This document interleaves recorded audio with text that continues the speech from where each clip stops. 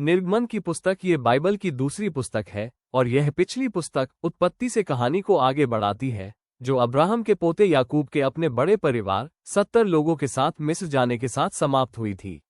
अब याकूब के 11वें पुत्र यूसुफ को मिस्र पर दूसरे स्थान पर ऊंचा कर दिया गया था और उसने अपने पूरे परिवार को अकाल में बचा लिया था, और इसलिए मिस्र के राजा फिरौन ने परिवार को वहां एक सुरक्षित आश्रय के रूप में रहने की पेशकश की।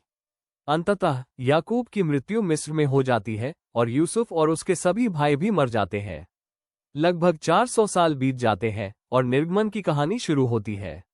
अब उस नाम से उस घटना का उल्लेख है जो पुस्तक के पहले भाग में होती है, मिस्र से इस्राएल का निर्गमन। लेकिन पुस्तक का दूसरा भाग सिनाई पर्वत की तलहटी में होता है। इस वीडियो में हम केवल पहले भाग पर ध्यान केंद्रित करेंगे, जहां सदियां बीत चुकी हैं और इजरायली फलदायी और बहुगुणित थे और उन्होंने भूमि को भर दिया। अब ये पंक्ति उस आशीर्वाद की जानबूझकर गूंज है जो परमेश्वर ने अदन के बगीचे में वापस सभी मानवता को दिया था, और यह हमें अब तक की बड़ी बाइबल कहानी की याद दिलाता है। मानवता ने पाप और विद्रोह के माध्यम से परमेश्वर के आशीर्वाद को त्याग दिया, और इसलिए परमेश्वर ने अब्राहम के परिवार को उस वाहन के रूप में चुना जिसके माध्यम से वो अपने आशीर्वाद को पूरी दुनिया में बहाल करेगा।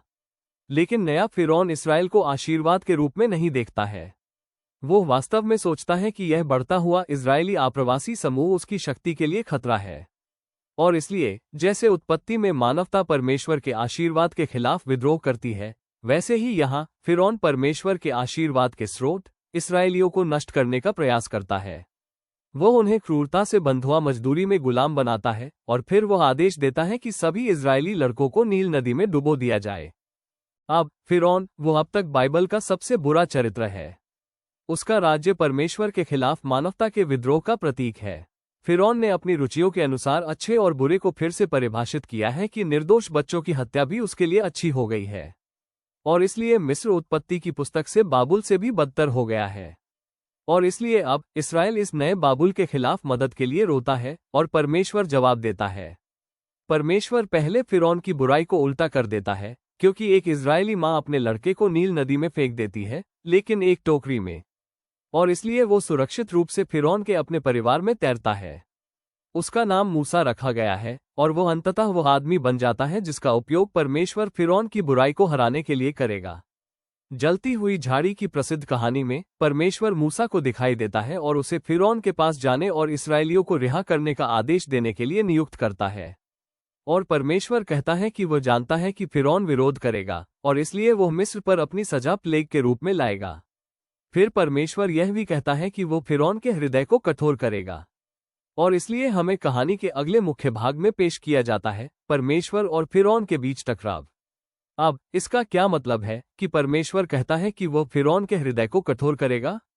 कहानी के इस खंड को वास्तव में इसके क्रम में पढ़ना बहुत महत्वपूर्ण है।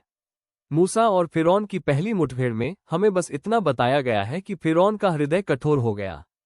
इसका कोई निहितार्थ नहीं है कि परमेश्वर ने कुछ किया, और इसलिए जवाब में परमेश्वर 5 प्लेग का पहला सेट भेजता है। प्रत्येक फिरौन और उसके मिस्र के देवताओं में से एक का सामना करता है, और हर बार मूसा फिरौन को खुद को विनम्र करने और इसराइलियों को जाने देने का मौका देता है। लेकिन प्रत्येक प्लेग के बाद हमें बताया जाता है कि फिरौन ने या तो अपने हृदय को कठोर कर लिया या उसका हृदय कठोर हो गया। वो यह अपनी मर्जी से कर रहा है। अंततः ये 5 प्लेग के दूसरे सेट के साथ है कि हम ये सुनना शुरू करते हैं कि परमेश्वर ने फिरौन के हृदय को कैसे कठोर किया। तो कहानी का मुद्दा ये प्रतीत होता है, भले ही परमेश्वर जानता था कि फिरौन उसकी इच्छा का विरोध करेगा, फिर भी परमेश्वर ने उसे सही काम करने के लिए ये सभी मौके दिए।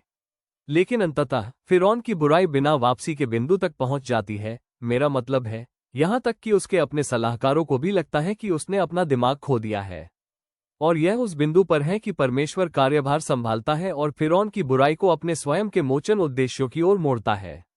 परमेश्वर फिरौन को उसके अपने विनाश में लुभाता है, क्योंकि वह अपने लोगों को बचाता है जो आगे होता है। अंतिम प्लेग के साथ ये फसह की रात है, और परमेश्वर फिरौन पर पलटवार करता है। जिस तरह उसने इसराइलियों के पुत्रों को मार डाला, उसी तरह परमेश्वर अंतिम प्लेग के साथ मिस्र में पहले जन्मे को मार डालेगा। लेकिन फिरौन के विपरीत परमेश्वर मेमने के खून के माध्यम से भागने का एक साधन प्रदान करता है। और यहाँ कहानी रुक जाती है और हमें फसह के वार्षिक इजरायली अनुष्ठान से विस्तार से परिचित कराती है। इसराइल के मिस्र छोड़ने से पहले रात को उन्होंने एक युवा बेदाग मेमने की बलि दी और अपने घर के दरवाजे के फ्रेम पर उसका खून चित्रित किया। और जब दिव्य प्लेग मिस्र पर आया तो मेमने के खून से ढके घरों को छोड़ दिया गया और बेटों को बख्श दिया गया। और इसलिए तब से हर साल इजरायली परमेश्वर के न्याय और उसकी दया को याद करने और मनाने के लिए उस रात को फिर से इनैक्ट करते हैं। लेकिन फिरौन अपने अभिमान और विद्रोह के कारण अपने ही बेटे को खो देता है और उसे अंततः इसराइलियों को स्वतंत्र करने के लिए मजबूर किया जाता है। और इसलिए इजरायली गुलाम मिस्र से अपना निर्गमन करते हैं। लेकिन जैसे ही वे निकलते हैं फिरौन अपना विचार बदल लेता है और वो अपनी सेना इकट्ठा करता है और अंतिम प्रदर्शन के लिए इसराइलियों का पीछा करता है। जैसे ही इजरायली समुद्र के पानी से सुरक्षित रूप से गुजरते हैं फिरौन अपने स्वयं के विनाश की ओर बढ़ता है। निर्गमन की कहानी बाइबल में स्तुति के पहले गीत के साथ समाप्त होती है। इसे समुद्र का गीत कहा जाता है और अंतिम पंक्ति घोषित करती है कि प्रभु राजा के रूप में शासन करते हैं। फिर गीत कविता में बताता है कि परमेश्वर के राज्य की कहानी किस बारे में है। यह इस बारे में है कि परमेश्वर अपनी दुनिया में बुराई का सामना करने और बुराई के गुलाम लोगों को छुड़ाने के मिशन पर है। परमेश्वर अपने लोगों को वादा किए गए देश में लाने जा रहा है जहां उसकी दिव्य उपस्थिति उनके बीच रहेगी। ये कहानी है कि जब परमेश्वर अपने लोगों पर राजा बनता है तो ये कैसा दिखता है। इसलिए इस्राएलियों के गीत गाने के बाद कहानी एक तेज मोड़ लेती है।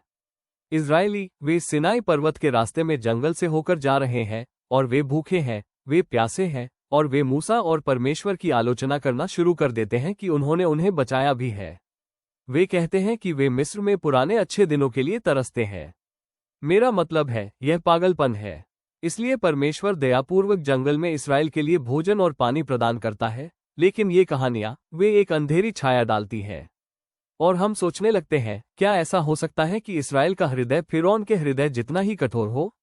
तो याद रखें उत्पत्ति की पुस्तक से परमेश्वर ने वादा किया था कि अब्राहम के परिवार के माध्यम से किसी तरह वो सभी राष्ट्रों के लिए अपने आशीर्वाद को बहाल करेगा।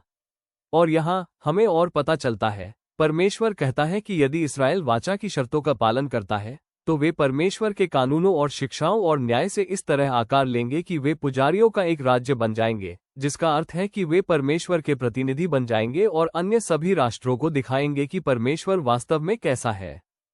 अब इस्राएल के लोग उत्सुकता से प्रस्ताव स्वीकार करते हैं और इसलिए परमेश्वर की उपस्थिति बादलों और बिजली और गरज के रूप में सिनाई पर्वत के ऊपर दिखाई देती है। और मूसा उनके प्रतिनिधि के रूप में ऊपर जाता है और परमेश्वर वाचा की बुनियादी शर्तों के साथ खुलता है। प्रसिद्ध 10 आज्ञाएं ये समझौते की बुनियादी शर्तों की तरह है। इजरायली और परमेश्वर एक दूसरे से कैसे संबंधित होने जा रहे हैं। फिर इसके बाद आदेशों का एक और संग्रह आता है जो पहले 10 को अधिक विस्तार से भरता है।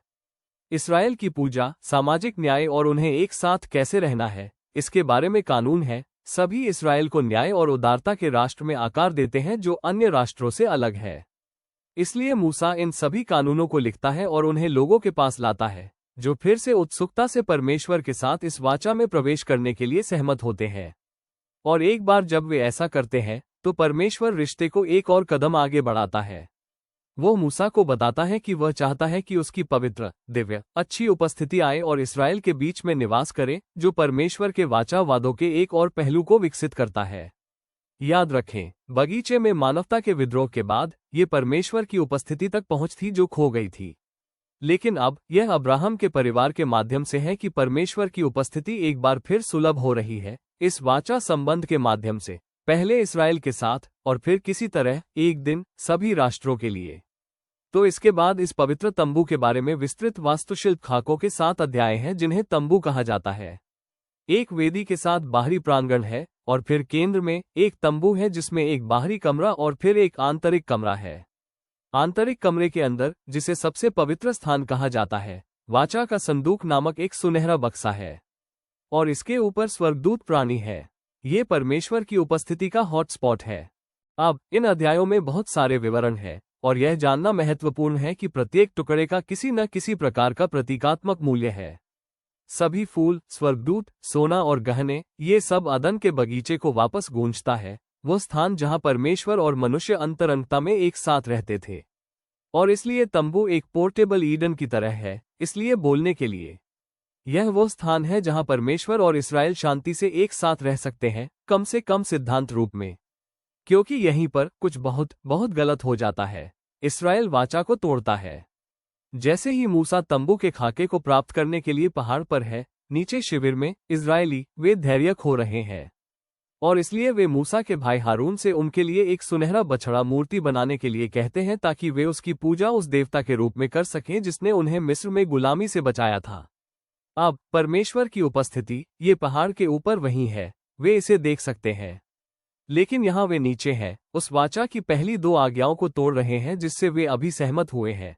कोई अन्य देवता नहीं और कोई मूर्ति नहीं। इसके बाद जो होता है वह वास्तव में महत्वपूर्ण है। परमेश्वर जानता है कि नीचे क्या हो रहा है, इसलिए वह पहले मूसा को अपने क्रोध और दर्द में आमंत्रित करता है और वह मूसा को बताता है कि वह क्या करना चाहता है, बस इस्राएल को मिटा देना। लेकिन मूसा परमेश्वर के चरित्र की अपील करके हस्तक्षेप करता है। वो कहता है, सबसे पहले इस्राएल को नष्ट करना, अब्राहम से किए गए आपके वाचा वादों पर वापस जाना होगा। और फिर मूसा राष्ट्रों के बीच परमेश्वर की प्रतिष्ठा की अपील करता है। वे क्या सोचेंगे यदि वे आपको अपने ही लोगों को नष्ट करते हुए देखते हैं? और इसलिए परमेश्वर मूसा के हस्तक्षेप को स्वीकार करता है और वह मान जाता है। जबकि वह मूर्ति पूजा को उकसाने वालों पर अपना न्याय लाता है, वह पूरे राष्ट्र को क्षमा करता है और अपनी वाचा को नवीनीकृत करने का वादा करता है। और यहीं पर कहानी के इस बिंदु पर परमेश्वर पहली बार मूसा को अपने चरित्र का वर्णन करता है। वो कहता है, प्रभु दयालु और कृपालु है। वो क्रोध करने में धीमा है, वाचा की वफादारी में प्रचुर है। वो पापों को क्षमा करता है, लेकिन वो दुष्टों को बिना दंडित किए नहीं छोड़ेगा। हमारे पास ये तनाव है। परमेश्वर दया से भरा है, लेकिन उसे बुराई से भी निपटना चाहिए यदि वो अच्छा होने का दावा करता है। और सबसे बढ़कर परमेश्वर अपने वादों के प्रति वफादार है, भले ही इसका मतलब है कि वह जानता है कि वो खुद को ऐसे लोगों के लिए प्रतिबद्ध कर रहा है जो पूरी तरह से बेवफा है। और इसलिए इस्राएल के साथ वाचा को नवीनीकृत करने के बाद परमेश्वर मूसा को आगे बढ़ने और तंबू बनाने के लिए नियुक्त करता है। और एक बार फिर हमें तंबू के निर्माण का विस्तार से वर्णन करते हुए 5 लंबे अध्याय मिलते हैं। ये सब अंतिम अध्याय में एक साथ आता है, जहां तंबू समाप्त हो जाता है। परमेश्वर की गौरवशाली दिव्य उपस्थिति आती है और तंबू के ऊपर मंडराती है और हमारी उम्मीदें ऊंची हैं। और इसलिए मूसा वो तंबू में प्रवेश करने के लिए सीधे ऊपर जाता है और वह नहीं कर सकता। वो वास्तव में अंदर नहीं जा सकता। और इस तरह पुस्तक समाप्त होती है।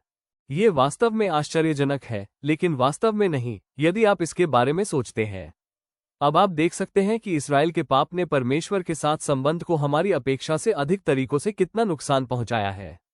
तो पुस्तक खुली, याद रखें, फिरौन की बुराई इस्राएल को धमकी दे रही है और परमेश्वर के वाचा वादे को धमकी दे रही है। लेकिन अब जैसे ही पुस्तक समाप्त होती है, इस्राएल अपना सबसे बुरा दुश्मन बन गया है। यह उनका पाप है जो वाचा के भविष्य को खतरे में डाल रहा है।